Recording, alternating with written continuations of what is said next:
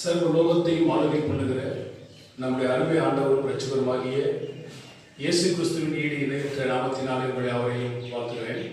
யாவருக்கும் அறிந்ததும் தெரிந்ததுமான ஒரு வேத பகுதி 23வது சங்கீதம் முதல் வசனம். கர்த்தர் என் மேய்ப்பராக இருக்கிறார், நான் தாழ்ச்சி அடையேன். அவர் என்னை உள்ளுள்ள இடங்களில் வைத்து அமர்ந்த தண்ணீர்கள் அண்டையில் என்னை கொண்டு போய் விடுகிறார். கர்த்தர் என் மேய்ப்பராய் இருக்கிறார். அல்லேலூயா.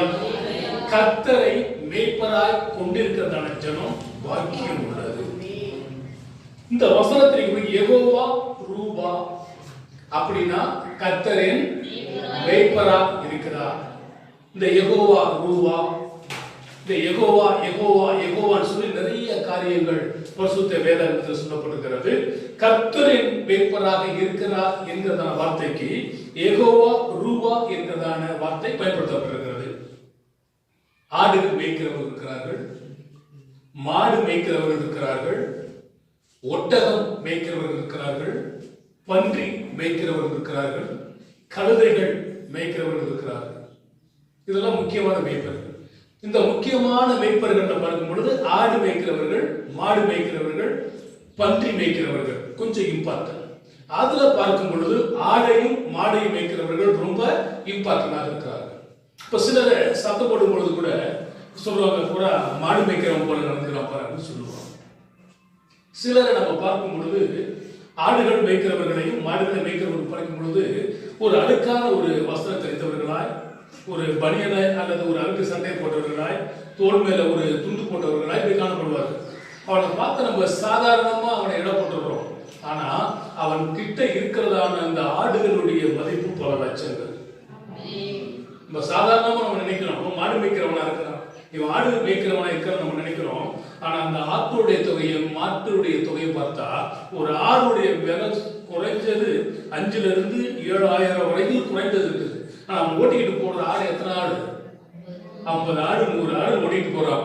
ஒரு ஆடுடைய விலை 5,000 போட்டு 100ல பெருக்கி பாருங்க, அவருடைய மதிப்பு நம்மகிட்ட இருக்கா? ஆனா நம்ம சொல்றோம் புறா மாட்டுக்கார போயிடும், புறா ஆடு வைக்கிறவன் சொல்றோம். ஆனால் வேதம் கூறுகிறது ஆடுகளை மேய்க்கிறவனுக்கு நிலங்களை வாங்கத்தக்கதான கிரயத்தை ஆடுகள் கொடுக்குமா? அல்லேலூயா.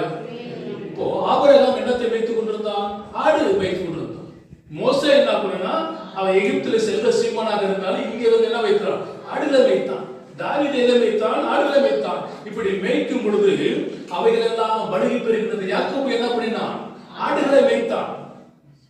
அவன் வாழ்க்கை என்ன பண்ணினது? ஆசீர்வதிக்கப்பட்டது. எனவே யாரையும் எந்த தொழில் செய்கிறவர்களையும் நாம் அற்பமா எண்ணிவிட முடியாது. ஒருவேளை முடி வெற்றவன நம்ம அற்பமா எண்ணுறோம்னா, முடி வெற்றதுக்கு ஆள் இல்லை என்றால் நமது வாழ்க்கை எல்லாருக்கும் முடியலாம். எப்படி இருக்கும்? முடியெல்லாம் வளர்ந்து அவனை பார்க்கறதுக்கே எப்படி இருக்கும்? ஒரு அகோரமாக இருக்கும். எனவே எந்த தொழில் செய்கிறவர்களையும் நம்ம அற்பமா என்ன பண்ண முடியாது. ஆண்டவராகிய இயேசு கிறிஸ்துவே என்ன பண்ணினாரா? என் ஆடுகள் என் சத்தத்துக்கு என்ன பண்ணுவான்? செவி கொடுக்கும் என்று வேதம் படிக்கிறோம். கர்த்தரின்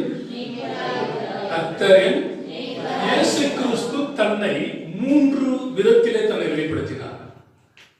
அந்த எப்படி தன்னை 3 விதத்தில் வெளிப்படுத்தினார் என்பதை சுருக்கமாக ஒரு அரை மணி நேரத்தில் நம்ம தியானித்து நம்ம அதை நிறைவேற்றுவோம். யோவான் 10ஆம் அதிகாரம் 11வது வசனம். நானே நல்ல மேய்ப்பன், நல்ல மேய்ப்பன் ஆடுகளுக்காக தன் ஜீவனை கொடுக்கிறான். நானே சொல்லுங்க, நானே. இந்த உலகத்துல நல்லவன்னு யாரையுமே என்ன பண்ண முடியாது, சொல்ல முடியல. அப்பா அம்மாவா இருக்கலாம், அண்ணன் தம்பியா இருக்கலாம், நண்பர்களாக இருக்கலாம், உறவினர்களாக இருக்கலாம். சில சமயத்தில் சொல்லுவாங்க உயிர் கொடுப்பான் தோழன் என்று சொல்லுவார்கள். சில சமயத்துல உயிர் நண்பனை கூட இருந்து குளிப்பறித்து எத்தனையோ பேர் கொன்று குவிப்பதற்கு இவனை நண்பர்களே காரணமாக இருக்கிறார்கள்.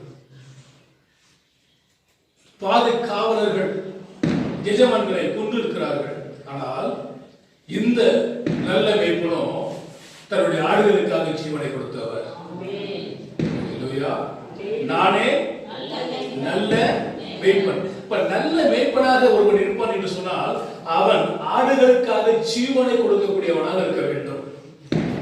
அப்படி ஜீவனை யாராகிலும் கொடுத்திருக்கிறார்கள் என்றால் இந்த உலகத்திலே எங்கே தேடி பார்த்தாலும் சரி அது இயேசு கிறிஸ்துவை தவிர வேறு ஒருவரும் இல்லை.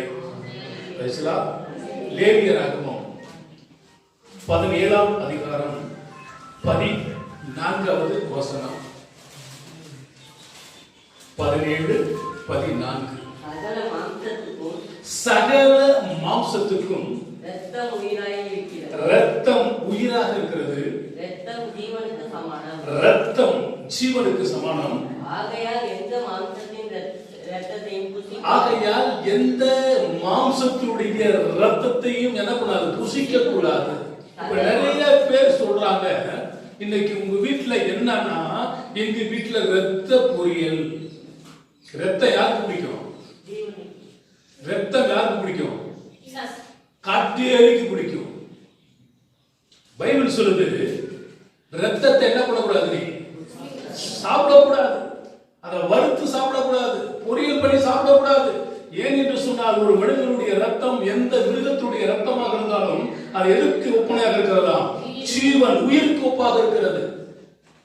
நல்ல மேய்ப்பன் தன்னோட ஆடுகளுக்காக என்ன பண்றான்? ஜீவனை கொடுக்கிறான். எனவே தேவனை ஏற்றுக்கொண்டதான பிள்ளைகள் ரெண்டு காரியத்தை புசிக்க கூடாது. ஒன்று ரத்தத்தை புசிக்க கூடாது, இன்னொன்று கொழுப்பை புசிக்க கூடாது. ரத்தம் உயிராக இருக்கிறது, கொழுப்பு தேவனுக்கு உகந்த காணிக்கையாக இருக்கிறது. அதை தகனிக்கும் பொழுது அதை தேவன் சுகந்த வாசனையாக அதை ஏற்றுக்கொள்கிறார். நீங்க இந்த ரெண்டு காரியத்தையும் செய்திருந்தால் அவர்களை மாற்றிக்கொள்ளுங்கள். மிச்சதெல்லாம் நீங்க சாப்பிடலாம் அப்படின்னு வேதம் சொல்கிறது. இன்னொரு வசனத்தை வாசிப்போம். நீதிமொழிகள் 8:35. என்னை கண்டடைகிறவன் ஜீவனை கண்டடைகிறான், கர்த்தரிடத்தில் தயவையும் பெறுவான். அப்போ இயேசு கிறிஸ்துவை எந்த மனிதன் கண்டு கொள்கிறானோ, எந்த மனிதன் கண்டடைகிறானோ அவன் ஜீவனை அடைகிறான். என்ன ஜீவன் என்றால் நித்திய ஜீவனை தருவேன் என்பதே அவர் நமக்கு செய்ததான வாக்குத்தத்தம். இப்போ ஜீவன், இந்த உலகத்தில் ஒரு மனிதன் ஒரு முறை பிறக்கிறான், பின்பு மரிக்கிறான், அதற்கு பின்பு நியாயத்தீர்ப்பு அடைகிறான்.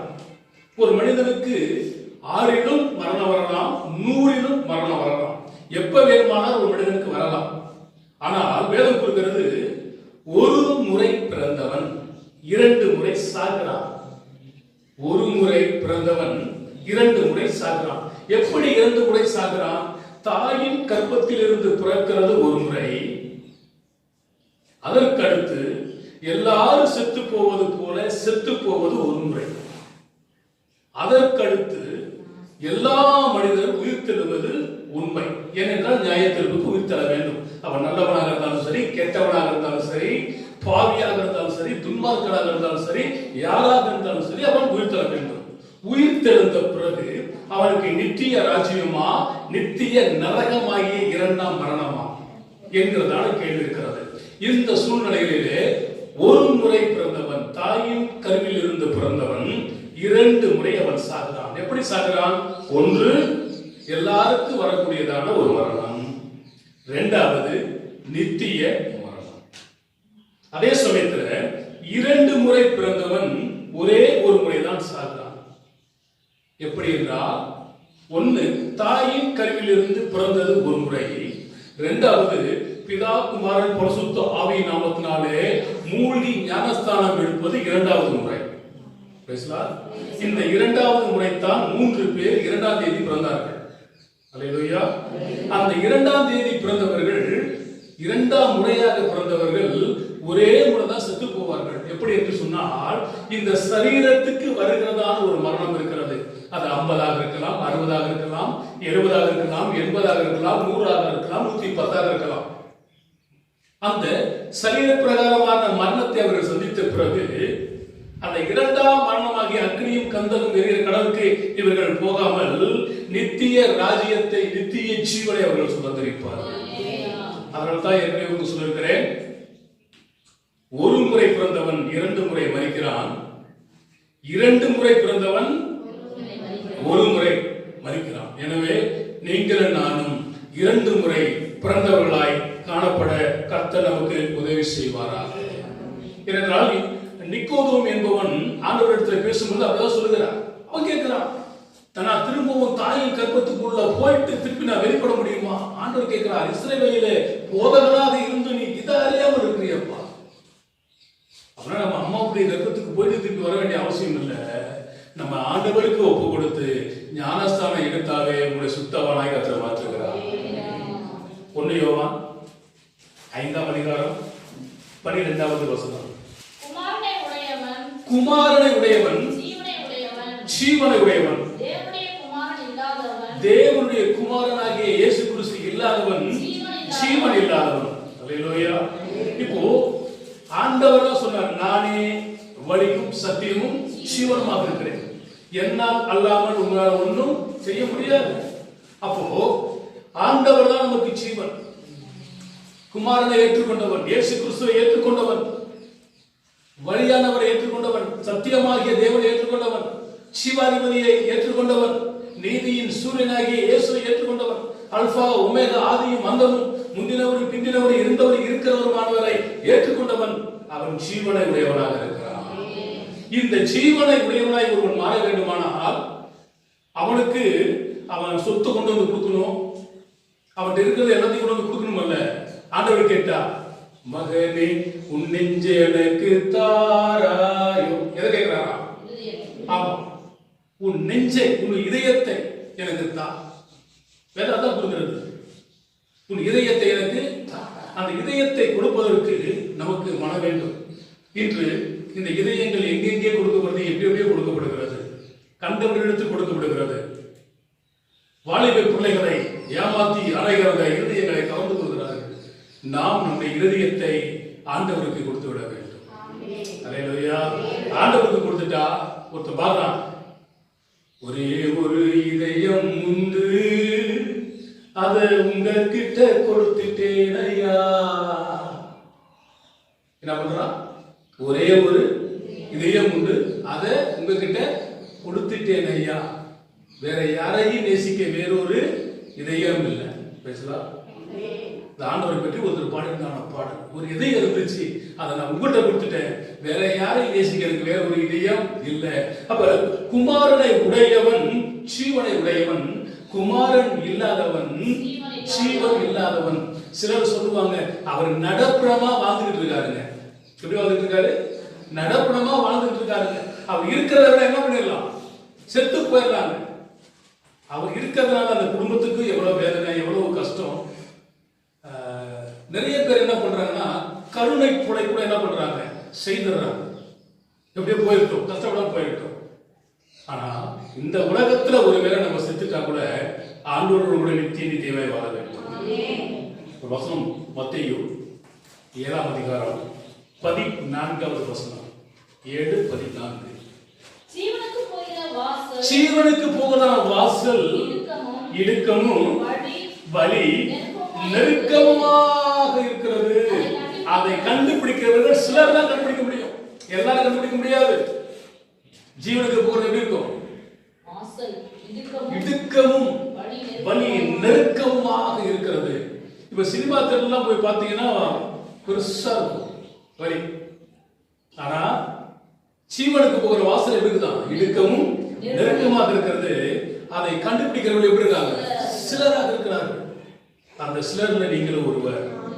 அழைக்கப்பட்டவர்களோ அநேகர், தெரிந்து கொள்ளப்பட்டவர்களோ சிலர். அந்த சிலரும் தேவனுடைய ராஜ்யத்துக்காக நித்திய ஜீவனை பெறும்படியாய் ஆண்டவர் நம்மை என்ன பண்ணிருக்கிறார்? தெரிந்து கொண்டிருக்கிறார். யோவான் 6ஆம் அதிகாரம் 33வது வசனம். வானத்திலிருந்து இறங்கி உலகத்துக்கு ஜீவனை கொடுக்கிற அப்பமே என் தேவன் அருளிய அப்பம் என்றார். அப்போ நானே நல்ல மேய்ப்பன், நல்ல மேய்ப்பன் தன்னுடைய ஆடுகளுக்கு என்ன பண்ணுகிறான்? ஜீவனை கொடுக்கிறான். ஜீவனை எதற்காக கொடுக்கிறது என்று சொன்னால், ஒரு மனிதனும் கெட்டு போவது அவருக்கு சித்தம் இல்லை, எல்லா மனிதரும் ரட்சிக்கப்பட வேண்டும் என்பது தேவனுடைய சித்தம்.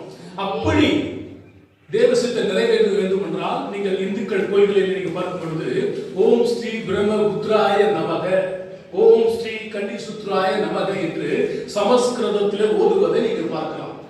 தமிழ்நாடு அரசாங்கம் சொல்லியிருக்கிறது, நீங்க சமஸ்கிருதத்தில் ஓத வேண்டாம், தமிழிலே ஓதுங்கள் என்று சொன்னார்கள். ஆனால் தமிழிலே ஒருவன் ஓதவில்லை. தமிழிலே ஓதினால் கன்னியில் வயிற்றில் பிறந்தவனை உம்மை போற்றுகிறேன் என்று அதனுடைய அர்த்தம். சூடாயுதம் போன்ற மரத்திலே அடிக்கப்பட்டு 3ஆம் நாள் உயிர்த்தெழுந்தவனை உம்மை போற்றுகிறேன் என்று அர்த்தம். அப்படி பார்க்கும் பொழுது யாரும் சொல்லாமல் தெரிந்துவிடும் அது ஆண்டவராக இயேசு என்று. அல்லேலூயா. நமக்கு தமிழே தகராறா இருக்குது, இல்ல நமக்கு சமஸ்கிருதம் இருக்கு, புரிய மாட்டேங்குது. தமிழ்ல எழுதும்போது எந்த லா போடுறதுன்றது ஒரு குழப்பம் வருது. 2 சொல்லி நா போடுறதா 3 சொல்லி நா போடுறதான்ற ஒரு குழப்பம் வருது. எனவே நமக்கு எந்த குழப்பம் வேண்டாம். பரலோகத்துக்கு ஒரே ஒரு வழி இயேசு கிறிஸ்து. நானே நல்ல மேய்ப்பன், கர்த்தர் என் மேய்ப்பராக இருக்கிறார். அப்ப நல்ல மேய்ப்பன் தன்னை ஆண்டவராக இயேசு கிறிஸ்து தன்னை வெளிப்படுத்தினார். காரணம், தன்னுடைய ஆடுகளுக்காக என்ன பண்ணினாரா? ஜீவனை கொடுத்தார். இரண்டாவதாக இயேசு கிறிஸ்து தன்னை எப்படி வெளிப்படுத்தினார்? எபிரேயர் 13ஆம் அதிகாரம் 20வது வசனம். நித்திய உடன்படிக்கையின் இரத்தத்தினாலே ஆடுகளுடைய பெரிய மேய்ப்பனான நம்முடைய கர்த்தராகிய இயேசுவை மரித்தோரிலிருந்து ஏறி வர பண்ணின சமாதானத்தின் தேவன். நம்முடைய கர்த்தராகிய இயேசு கிறிஸ்துவை மரித்தோரிலிருந்து ஏறி வர பண்ணினதான தேவன். பாடுகிறோம், உயிர்த்தெழுந்தாரே அல்லேலூயா, ஜெயித்தெழுந்தாரே, உயிருடன் எழுந்த மீட்பரேசன் சொந்தமானாரே, உயிர்த்தெழுந்தாரே. மரித்தவரின் மத்தியில் ஜீவ தேவனை தேடுவாரோ? இங்கே அவர் உயிர்த்தெழுந்தார். இந்த உயிர்த்தெழுந்ததின் நிமித்தமாய் அவர் பெரிய மேய்ப்பனாய் காணப்படுகிறார். ஜீவனை கொடுத்தபடியினால் நல்ல மேய்ப்பன், உயிரோடு கூட எழுந்தபடியினால் அவர் பெரிய மேய்ப்பன். மத்தேயு சுவிசேஷம் 22வது அதிகாரம் 30வது வசனம். உயிர்த்தெழுதலில் கொல்வனையும் கொடுப்பனையும் இல்லை, அவர் பரலோகத்திலே தேவ தூதர்களை போல இருப்பார்கள். அல்லேலூயா, பிரைஸ் தி லார்ட். உயிர்த்தெழுதல்ல கொல்வனையும் கிடையாது, கொடுப்பனையும் கிடையாது. ஆண்டவராகிய இயேசு கிறிஸ்துவை ஏற்றுக்கொண்டு ஞானஸ்நானம் எடுத்து உண்மையாய் உத்தமாய் வாழ்ந்தவர்கள் யாரோ, இயேசு கிறிஸ்து எப்படி உயிர்த்தெழுந்தாரோ அது போல ஆண்டவராகிய இயேசு கிறிஸ்துவை போல இவர்கள் என்ன பண்ணுவார்கள்? உயிர்த்தெழுந்து தேவனோடு கூட சென்று என்றென்று கூட அவரோடு கூட வாழ்வார்கள். இன்னொரு வசனம் கூட படிக்கலாம், லூக்கா 24:6. அவர் இங்கே இல்லை, அவர் உயிர்த்தெழுந்தார். Praise the lord. அல்லேலூயா. யோபு சொல்லுகிறார் 19:25 என் மீட்பர். அல்லேலூயா. வெளிப்படுத்தல நீங்க படிக்கலாம் 1ஆம் அதிகாரத்துல 18-19 வசனங்களிலே, மரித்தேன் ஆனால் இதோ சதக்கரவையிலும் உயிரோடு இருக்கிறேன். நமது தேவன் மரித்து மண்ணோடு மண்ணாய் போனவர் அல்ல. மரித்து சாத்தானின் தலையை நசுக்கி 3ஆம் நாள் உயிர்த்தெழுந்தவர். அவர் என்றென்று உயிரோடு கூட இருக்கிறதான தேவன். அவர் உயிரோடு கூட இருக்கிறபடினால தன்னை பெரிய மேய்ப்பனாய் அவர் காண்பிக்கிறார். அல்லேலூயா. ரோமர் 1ஆம் அதிகாரம் 5வது வசனத்தை ஒருவர் நாம் வாசிக்க கேட்கலாம். மாம்சத்தின்படி தாவீதுடைய சன்னதியிலே பிறந்தவரும் பரிசுத்தமுள்ள ஆவியின்படி தேவனுடைய சுதன் என்றும் மரித்தோரிலிருந்து உயிர்த்தெழுந்ததினாலே பலமாய் ரூபிக்கப்பட்ட தேவ குமாரனாய் இருக்கிறார். அல்லேலூயா. இந்த உலகத்திலே 11,000 பேர்கள் சொல்லியிருக்கிறார்கள், நான் 3ஆம் நாள் உயிர்த்தெழுவேன்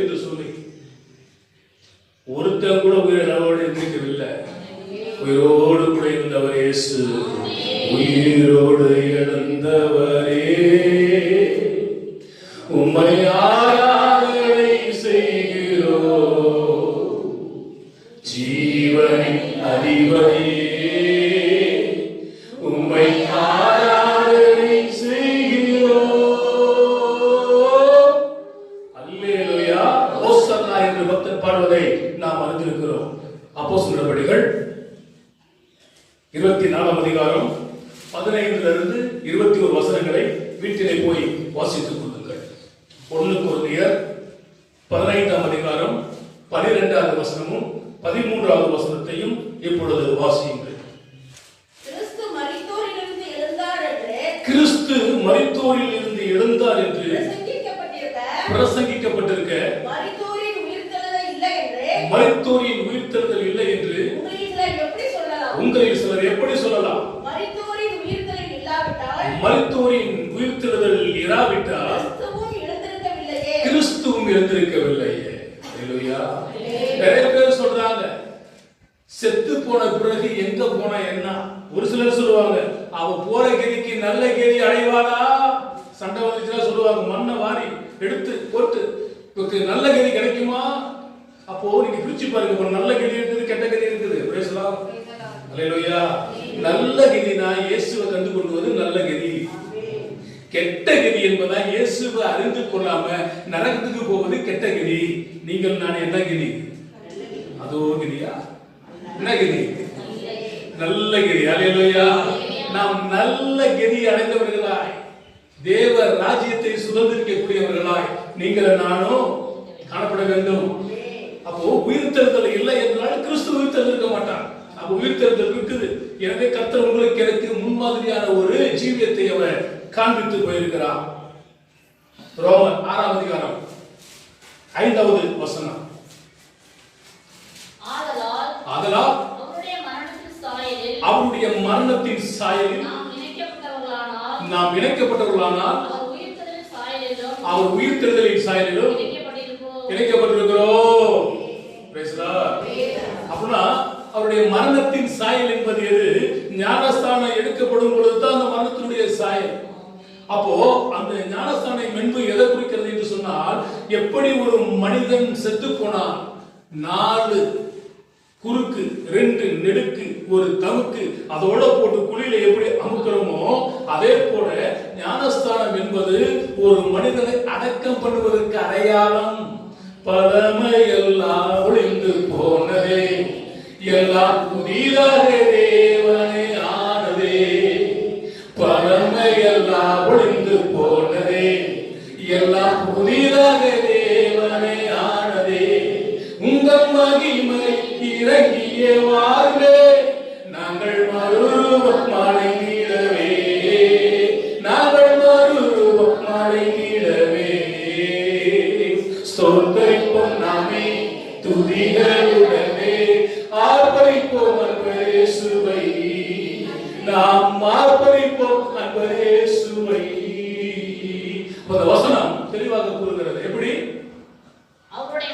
அவருடைய மரணத்தினுடைய சாயலை எப்படி தடுத்துக் கொள்கிறோமோ அவருடைய உயிர்த்தெழுதலின் சாயலையும் நாம் தடுத்துக் கொள்வோம். அவர் எப்படி மரித்து உயிர்த்தெழுந்தாரோ அதே போல ஆண்டவராகிய இயேசு கிறிஸ்துவை ஏற்றுக்கொண்டு கல்லறையில் அடக்கம் பண்ணப்பட்டாலும் அங்கே சொல்லுகிறோம், சாம்பலுக்கு சாம்பலாகவும் புழுதிக்கு புழுதியாகவும் மண்ணுக்கு மண்ணாகவும் இவரை நான் ஒப்பு கொடுக்கிறேன் என்று அவரை ஒப்பு கொடுத்து இதை நாங்கள் விதைக்கிறோம் என்று சொல்லி அடக்கம் பண்ணினாலும் ஒரு விதையாகப்பட்டதை கீழே பூமியில் இருந்தால் எப்படியும் அது முளைத்து விடும். அதுபோல நீங்களும் நானும் மரித்து அடக்கம் பண்ணப்பட்டாலும் இயேசு கிறிஸ்து வரும் பொழுது கல்லறைகள் வெடித்து உயிர்த்தெழுவோம். மாற்றம் இல்லை. இயேசு கிறிஸ்து உயிர்த்தெழுந்ததினால் அவர் பெரிய மேய்ப்பராக இருக்கிறார். வெளிப்படுத்தல் 20வது அதிகாரம் 6வது வசனம், 1 பேதுரு 3ஆம் அதிகாரம் 21வது வசனம். முதலாம் உயிர்த்தெழுதலுக்கு பங்குள்ளவன் பாக்கியவானும் பரிசுத்தவானுமாக இருக்கிறான். இரண்டாம் மரணத்திற்கு அதிகாரம் இல்லை. இவர்கள் தேவனுக்கும் கிறிஸ்துவுக்கும் முன்பாக ஆசாரியராக இருந்து அவரோடு கூட 1000 வருஷம் அரசாட்சி அவரோடு கூட 1000 வருடம் ஆளுகை செய்வார்கள். இவ்வுலக பாடு என்னை என்ன செய்திடும், அவ்வுலக வாழ்வைக்கான காத்திருக்கிறேன். ஆனந்தம் கொள்ளுவேன், அவரை நான் பாடுவேன் உயிருள்ள நாள் வரையில். அல்லேலூயா. ஆனந்தம் கொள்ளுவேன், அவரை நான் பாடுவேன் உயிருள்ள நாள் வரையில். அப்போ இந்த வசனத்தின்படி முதலாம் உயிர்த்தெழுதலிலே பங்குள்ளவன் அவன் பாக்கியவான். ஏன் பாக்கியவான் தெரியுமா? அவன் தான் முதலாவது ஆண்டவர் பார்ப்பான். அல்லேலூயா. உயிரோடு இருக்கிற நம்ம தான் இரண்டாவது தான் நம்ம பார்ப்போம். கர்த்தருக்குள் மரித்தவர்கள் இது முதல் பாக்கியவான்கள். தீங்கு வருவதற்கு முன்பாக நீதிமான் எடுத்துக் கொள்ளப்படுகிறான். கர்த்தருடைய பரிசுத்தவான்கள் மரணருடைய பார்வைக்கு அருமையானது. அவர்கள் பூமியினுடைய துளியை வாசம் பண்ணுவார்கள், என்றென்று பிரகாசிக்க நட்சத்திரத்தை கொடுப்பார்கள் என்று வேதம் கொடுக்கிறது. அந்த மனிதனுடைய முடிவு சமாதானம் என்று வேதம் கொடுக்கிறது. எனவே முதலாவது உயிர்த்தெழுதலிலே மொத்தம் 7 வகையான உயிர்த்தெழுதல் இருக்கிறது. அதுல முதலாவது உயிர்த்தெழுதலிலே பங்கு உள்ளவன் அவன் பாக்கியவான். அல்லேலூயா. அப்போ நம்முடைய மரித்தவர்கள் இருக்கிறார்கள், நம்முடைய உடன் பிறப்பவர்கள் இருந்திருக்கார்கள், நம்முடைய இரத்த சம்பந்தமானவர்கள் இருக்கிறார்கள். அவர்கள் பரிசுத்தவானும் உண்மை உள்ளவர்களா இருந்திருப்பார்கள் என்று சொன்னார். நம்ம இயேசுவை சந்திக்கிறதுக்கு முன்பதாக அவங்க இயேசுவை சந்திப்பாங்க. நம்புறீங்களா? உங்க அப்பா அம்மா எல்லாம் வருவாங்க, நம்புறீங்களா? அல்லேலூயா. கர்த்தர் அப்படி கொண்டு வரணும். நாமும் அதற்கு ஏற்ற வாழ்க்கையை வாழ கற்று உதவி செய்யணும். 1 பேதுரு 3:21. எதற்கு ஒப்புணையான ஞானஸ்நானமானது? அந்த மரணத்தின் சாயலுக்கு ஒப்புணையான ஞானஸ்நானமானது மாம்ச அழுக்கை நீக்குதலாய் இராமல் தேவனை பற்றும் நல் மனசாட்சியின் உடன்படிக்கையாக இருக்கிறது. அந்த மரணத்தின் சாயலை, அதுதான் இது இந்த ஞானஸ்நானம். அங்க போய் அடக்கம் பண்ணப்பட்டு மீண்டும் நம்ம என்ன பண்றோம்? உயிர்த்தெழுந்து தேவனுடைய சமூகத்தில் வந்து நம்ம காத்திருக்கிறோம். அவர் உயிர்த்தெழுந்ததினால் அவருடைய பெயர் பெரிய மேய்ப்பன். மூன்றாவதாக எப்படி தன்னை வெளிப்படுத்தினார்? 1 பேதுரு 5ஆம் அதிகாரம் 4வது வசனம். அப்படி செய்தார் பிரதான மேய்ப்பர் வெளிப்படும் பொழுது மகிமை உள்ள வாடாத கிரீடத்தை பெறுவீர்கள். அல்லேலூயா. பிரதான மேய்ப்பன் வரும் பொழுது அவர் மீண்டு வருகிறவர். Price the Lord. இயேசு கிறிஸ்து மீண்டு வரப்போகிறார்.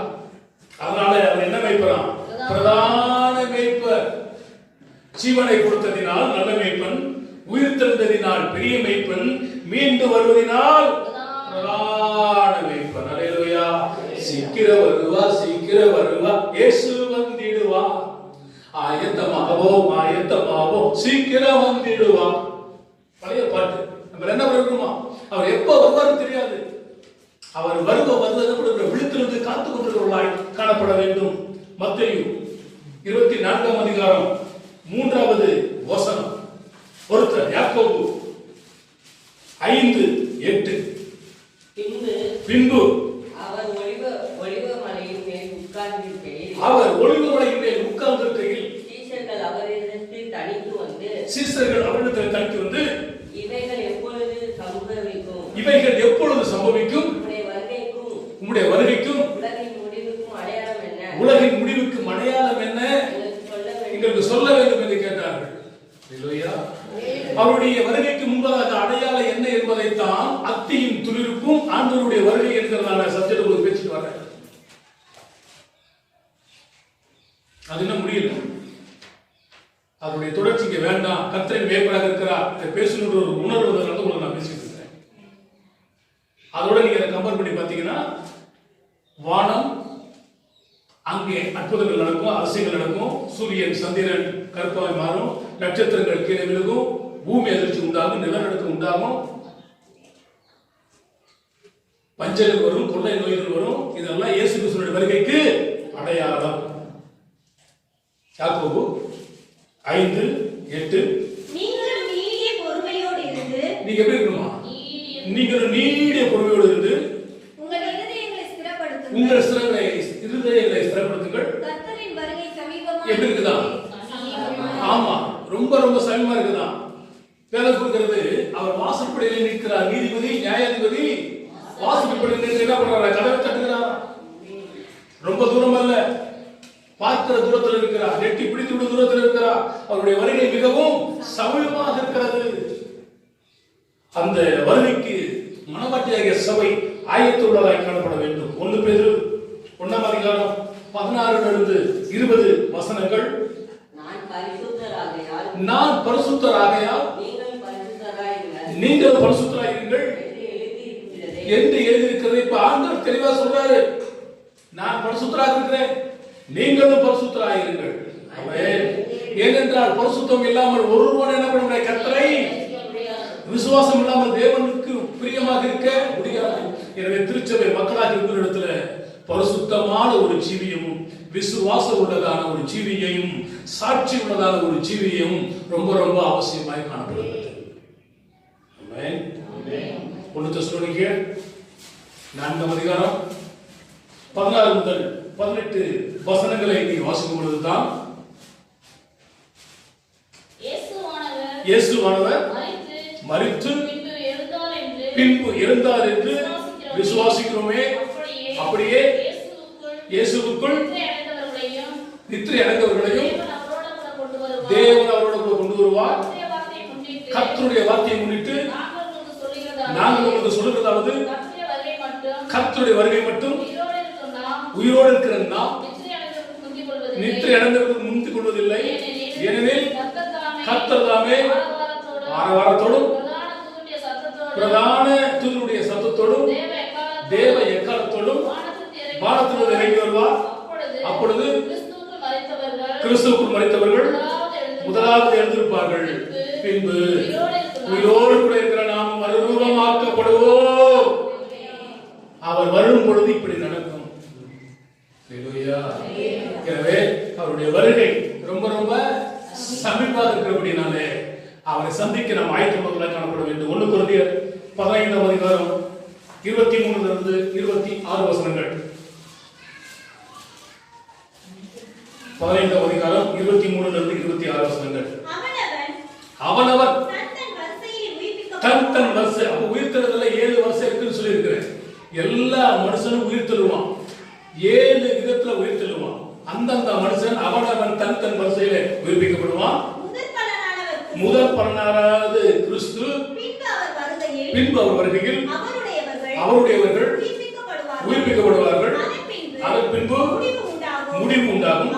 அப்பொழுது சகல துரைத்தனத்தையும் சகல அதிகாரத்தையும் வல்லமையையும் பரிகரித்து தேவனும் பிதாவுமாய் இருக்கிறவருக்கு ராஜ்யத்தை ஒப்பு கொடுப்பார். எல்லா சத்துருக்களையும்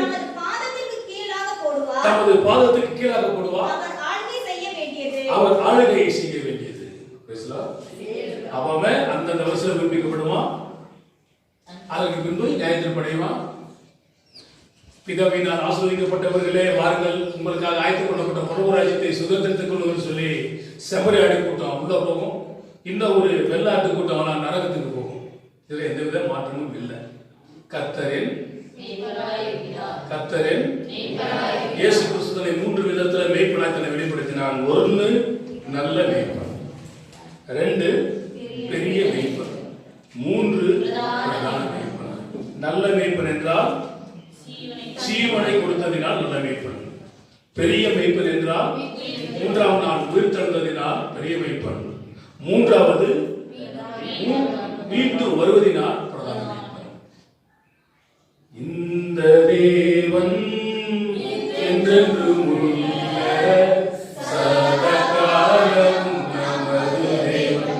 மரண பரியந்தம் நம்மை நடத்திடுவார். அநாதி தேவன் உங்களுக்கு அடைக்கலமாகவும் உங்கள் நித்திய புயங்கள் உங்களுக்கு ஆதாரமாக காணப்படட்டும். கர்த்தர் தாமே உங்களையும் உங்கள் வீட்டையும் கர்த்தர் ஆசீர்வதிப்பாராக. தேவனுக்கு உண்டாகட்டும். ஆமென். அல்லேலூயா.